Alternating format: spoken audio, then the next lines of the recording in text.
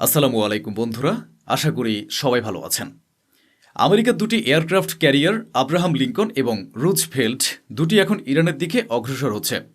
এর মধ্যে খবর আসছে যে ইরান আমেরিকাকে কড়া জবাব দিতে পারস্য উপসাগরে নামিয়ে দিয়েছে তাদের নিজস্ব ড্রোন ক্যারিয়ার জাহাজ। যে হ্যাঁ, আমেরিকার এয়ারক্রাফট ক্যারিয়ারের মোকাবিলায় তাকে টক্কর দেওয়ার জন্য সমুদ্রে বড় বড় কৌশলগত প্রস্তুতি শুরু হয়ে গেছে। আর এরই অংশ হিসেবে ইরান সমুদ্রে নামিয়েছে তাদের ড্রোন ক্যারিয়ার জাহাজ। অনেকে বলেন আমেরিকার এয়ারক্রাফট ক্যারিয়ার অত্যন্ত শক্তিশালী এবং তার মোকাবিলা করা সম্ভব নয়। কিন্তু অন্যদিকে যখন আপনি ইরানের এই ড্রোন ক্যারিয়ার জাহাজ সম্পর্কে জানবেন, তখন আপনিও অনুভব করবেন যে এটি সমুদ্রে ভীষণভাবে ঘাতক হতে পারে, সম্ভবত আমেরিকান জাহাজগুলোর জন্য। এমনকি এর মধ্যে আমেরিকান এয়ারক্রাফট ক্যারিয়ার ডুবিয়ে দেওয়ার এবং তার বড় ধরনের ক্ষতি করার ক্ষমতাও রয়েছে। এটা কিভাবে সম্ভব সে সম্পর্কেও আমরা তথ্য জানব। দেখুন, এর নাম শহীদ বাহমান বাঘেরি। এই জাহাজটির নাম রাখা হয়েছে শহীদ বাঘেরির নামে। বাঘেরি ছিলেন ইরান ইরাক যুদ্ধের সময়কার একজন শীর্ষ সামরিক কর্মকর্তা।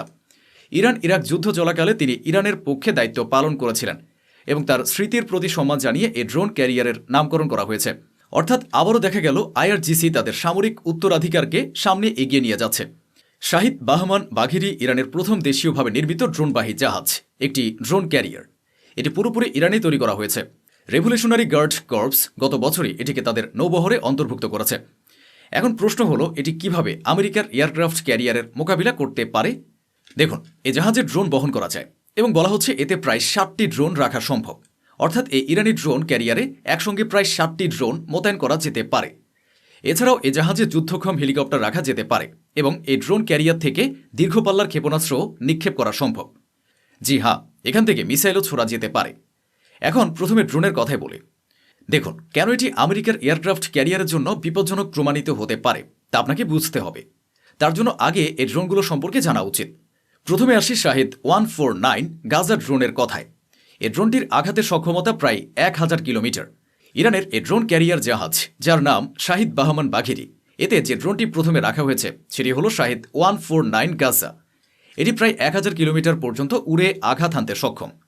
দ্বিতীয়টি হল শাহিদ 129 ড্রোন। এর আকার ও কার্যক্ষমতার দিক থেকে একে আমেরিকার MQ-1 প্রিডেটর ড্রোনের সঙ্গে তুলনা করা হয়। আমেরিকার MQ-1 প্রিডেটর ড্রোনকে অত্যন্ত ভয়ঙ্কর বলে ধরা হয়, আর শাহিদ 129কেও সেই মাত্রায় বিপজ্জনক বলে মনে করা হয়। এটি ইরানের এ জাহাজে মোতায়েন করা দ্বিতীয় গুরুত্বপূর্ণ ড্রোন। এর পাশাপাশি ইরান এ জাহাজে বিপুল সংখ্যায় শাহিদ 136 ড্রোনও মোতায়েন করেছে। শাহিদ 136 ড্রোনের বিশেষত্ব হল 2022 সালের পর থেকে ইরান যে ড্রোনগুলো সবচেয়ে বেশি রাশিয়াকে সরবরাহ করেছে তার মধ্যে প্রধান হল এ শাহিদ 136। ইউক্রেনে যে ভয়াবহ ধ্বংসযোগ্য ড্রোনের মাধ্যমে চালানো হয়েছে তা দেখে গোটা ইউরোপ ও আমেরিকা হতবাক হয়ে গিয়েছিল। ইউক্রেনে রাশিয়া যে ব্যাপক ড্রোন হামলা চালিয়েছে সে ড্রোনগুলোর বড় অংশই ইরান সরবরাহ করেছে এবং সেগুলো ছিল শাহিদ 136 ড্রোন। এগুলিও এ জাহাজে রাখা হয়েছে। চতুর্থ ড্রোনটি হল কুদস মোহাজের 10। এর বিশেষত্ব হল এটি একটি দীর্ঘপাল্লা ড্রোন যা প্রায় 2000 কিলোমিটার পর্যন্ত উড়তে পারে এবং সমুদ্রে আক্রমণ চালাতে সক্ষম। আর পঞ্চম ড্রোনটি হল হাদিদ 110 ড্রোন। এর সবচেয়ে বড় বৈশিষ্ট্য হল এটি রাডারের আওতায় ধরা পড়ে না। এটা অনেকটা B-2 বোমারু বিমানের মতো স্টেলথ প্রযুক্তি ব্যবহার করে তৈরি, যার ফলে রাডারে একে শনাক্ত করা অত্যন্ত কঠিন। এটি সমুদ্রে উচ্চ গতিতে হামলা চালাতে পারে এবং রাডারে ধরা পড়া খুবই দুরূহ। সুতরাং আমি যে ড্রোনগুলোর নাম আপনাদের বললাম, শাহিদ 149, শাহিদ 129, শাহিদ 136, কুদস মোহাজের 10 এবং হাদিদ 110, এই ড্রোনগুলোই এই ইরানি ড্রোন ক্যারিয়ার জাহাজে মোতায়েন রয়েছে। এই 5টি ড্রোনই এমন যেগুলো সক্ষমতা নিয়ে ডোনাল্ড ট্রাম্প নিজেও কথা বলেছেন। কাতার সফরে থাকার সময় তিনি বলেছিলেন ইরান অত্যন্ত উন্নত ড্রোন তৈরি করে, খুব কম খরচে বানায় এবং সেগুলো ভীষণভাবে বিপজ্জনক। ডোনাল্ড ট্রাম্প নিজেই ইরানের ড্রোন সক্ষমতা স্বীকার করেছেন। পুরো ইউরোপ দেখেছে ইউক্রেনের উপর এই ড্রোনগুলো কিভাবে বৃষ্টির মতো নেমে এসেছে। 12 দিনের যে যুদ্ধ হয়েছিল সেখানে শাহিদ সিরিজের ড্রোনগুলো ইসরায়েলের যে তাণ্ডব চালিয়েছে তা গোটা বিশ্ব প্রত্যক্ষ করেছে। আর এখন এইসব ড্রোনই এই ড্রোন ক্যারিয়ার জাহাজের উপর লোড করা হয়েছে। সবই এখানে মোতায়েন রয়েছে। এটাতে আমেরিকান এয়ারক্রাফট ক্যারিয়ারের মতো বড় রানওয়ে না থাকলেও এখান থেকে সব ড্রোন অনায়াসে উড্ডয়ন করতে পারে চোখের পলকে। প্রতিটি ড্রোনেই ভালো মাত্রার পেলোড রয়েছে। এতে অস্ত্র ও বোমা বহন করা যায়। আর সমুদ্র পথে পারস্য উপসাগরের ভেতরে কয়েক শত কিলোমিটার পর্যন্ত এই ইরানি ড্রোন ক্যারিয়ার জাহাজ পৌঁছে যেতে পারে। এরপর সেখান থেকে 1000 থেকে 2000 কিলোমিটার পাল্লার ড্রোনগুলো আরও এগিয়ে যেতে পারে। অর্থাৎ ভাবুন, ইরানের সীমান্ত থেকে পারস্য উপসাগরের ভেতরে কয়েকশো কিলোমিটার পর্যন্ত ড্রোন ক্যারিয়ার জাহাজ নিজে এগোবে, তারপর সেখান থেকে ড্রোনগুলো আরও প্রায় 2000 কিলোমিটার দূর পর্যন্ত উড়ে আঘাত হানতে পারবে। একবারে 60টি ড্রোন একের পর এক উড্ডয়ন করবে। কিন্তু বিষয়টি এখানে শেষ নয়। কেন পরিস্থিতি আরও বিপজ্জনক হয়ে উঠছে সেটা বোঝা দরকার। এ জাহাজে স্বল্প ও দীর্ঘ পাল্লার এমন ক্ষেপণাস্ত্র বসানো আছে যেগুলো এই ড্রোন ক্যারিয়ার থেকেই নিক্ষেপ করা যায়। শাহিদ বাহমান বাঘিরি জাহাজ থেকে এসব মিসাইলও ছোড়া সম্ভব। এতে রয়েছে নূর, কাদের এবং গাদিরের মতো ক্রুজ ও অ্যান্টিশিপ মিসাইল। বিশেষ করে গাদির মিসাইল সমুদ্রে হামলার ক্ষেত্রে ইরানের সবচেয়ে মারাত্মক ও অত্যন্ত নিখুঁত ক্ষেপণাস্ত্রগুলোর একটি বলে ধরা হয়।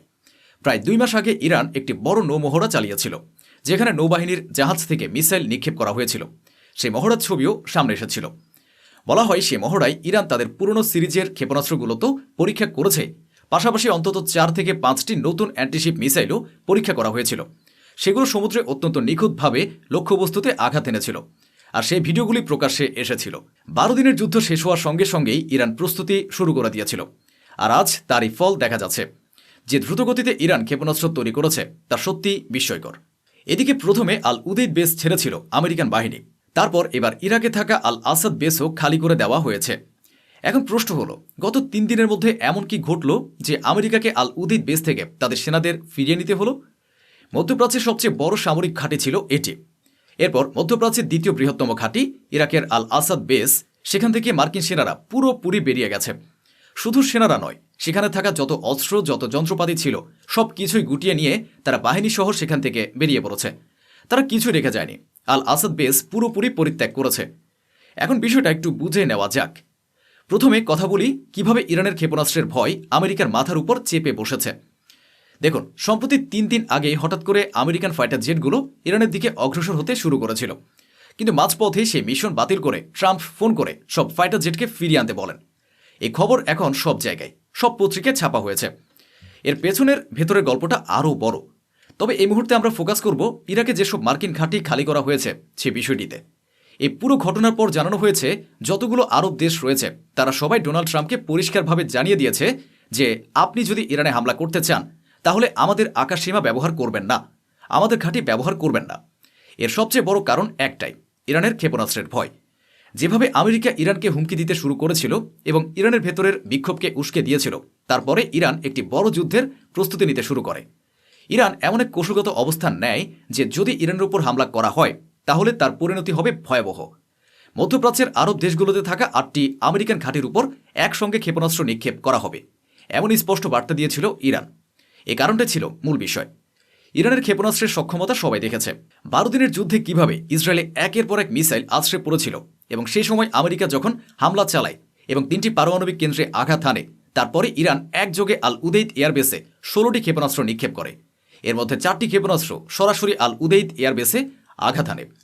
আমেরিকা বারবার অস্বীকার করেছিল, কিন্তু বাস্তবতা ছিল আমেরিকার প্রতিরক্ষা ব্যবস্থা আল উদেইদ এয়ারবেসকে রক্ষা করতে পারেনি, আর 4টি মিসাইল সেখানে পড়েছিল। এখন আপনি ভাবুন, যদি একসঙ্গে 100টি ক্ষেপণাস্ত্র সেখানে আঘাত হানে তাহলে কি হবে? এটা ছিল আসল কারণ। ইরানের পক্ষ থেকে বিষয়টি একেবারে পরিষ্কার করে বলা হয়েছিল। সব আরব দেশকে স্পষ্ট বার্তা পাঠানো হয়েছিল। সংযুক্ত আরব আমিরাত, সৌদি আরব, বাহরাইন, জর্ডান এবং ইরাক সবাইকে জানিয়ে দেওয়া হয়েছিল যে যদি তারা আমেরিকার হামলায় সহায়তা করে, আমেরিকাকে আকাশসীমা ব্যবহার করতে দেয় বা তাদের ঘাঁটি ব্যবহারের সুযোগ দেয়, তাহলে ইরানের ক্ষেপণাস্ত্র থেকে তাদের কেউই রক্ষা পাবে না এবং ইরান বাধ্য হবে তাদের উপর হামলা চালাতে। সব আরব দেশকে এই বার্তাটি আয়াতুল্লাহ আলী খামেনির পক্ষ থেকে ইরানের সেনাবাহিনী ও শীর্ষ জেনারেলদের পক্ষ থেকে স্পষ্টভাবে দেওয়া হয়েছিল। এরপরেই প্রথমে সৌদি আরব আমেরিকাকে জানায়, আপনি ইরানে হামলা করতে চান করতে পারেন, কিন্তু আমাদের ঘাঁটি ব্যবহার করবেন না। একই কথা বলে বাহরাইন, একই কথা বলে জর্ডান, একই কথা বলে ইরাক। আর বিশেষজ্ঞরা এটাও বলেছেন, যদি একসঙ্গে 8টি দেশে অবস্থিত 8টি আমেরিকান ঘাঁটির উপর একযোগে ইরান ক্ষেপণাস্ত্র নিক্ষেপ করত, তাহলে প্রতিরক্ষা ব্যবস্থার পক্ষে সেগুলো মোকাবিলা করা অত্যন্ত কঠিন হয়ে যেত, মিসাইল ঠেকানো প্রায় অসম্ভব হতো। এই ভয়টি ছিল সবচেয়ে বড় কারণ, যার জন্য মার্কিন বাহিনীকে ওই অঞ্চলগুলো থেকে সরিয়ে নেওয়ার এই সিদ্ধান্ত নেওয়া হয়েছে। দেখুন, আল আসাদ বেস নিয়ে বলতে গেলে 2024 সালে ওয়াশিংটন ও বাগদাদের মধ্যে একটি সিদ্ধান্ত হয়েছিল। আমেরিকার নেতৃত্বে গঠিত বাহিনীকে 2025 সালের সেপ্টেম্বরের মধ্যে ধাপে ধাপে ইরাক থেকে সরিয়ে নেওয়া হবে। অর্থাৎ ইরাক ও আমেরিকার মধ্যে একটি চুক্তি ছিল। বলা হয়েছিল 2025 সালের সেপ্টেম্বরের মধ্যে সেনা প্রত্যাহার সম্পন্ন হবে, কিন্তু বাস্তবে সেই সেনা পুরোপুরি সরানো হয়নি। কিন্তু এখন যখন পরিস্থিতি এমন হয়ে দাঁড়িয়েছে, যখন ইরানের পক্ষ থেকে স্পষ্ট হুমকি এসেছে যে যদি তাদের উপর হামলা হয় তাহলে সব ঘাঁটি উড়িয়ে দেওয়া হবে, তখন যেসব ঘাঁটি সবচেয়ে বেশি নিশানায় ছিল তার মধ্যে অন্যতম হল আল আসাদ বেস। এই আল আসাদ বেসই সেই ঘাঁটি যেখানে কাসেম সোলাইমানির শাহাদাতের বদলা নিতে ইরান একযোগে একাধিক ক্ষেপণাস্ত্র নিক্ষেপ করেছিল। তখন এমন পরিস্থিতি তৈরি হয়েছিল যে আল আসাদ বেসে ভয়াবহ ক্ষতি হয় এবং সেখানে সবকিছু নতুন করে তৈরি করতে হয়েছিল।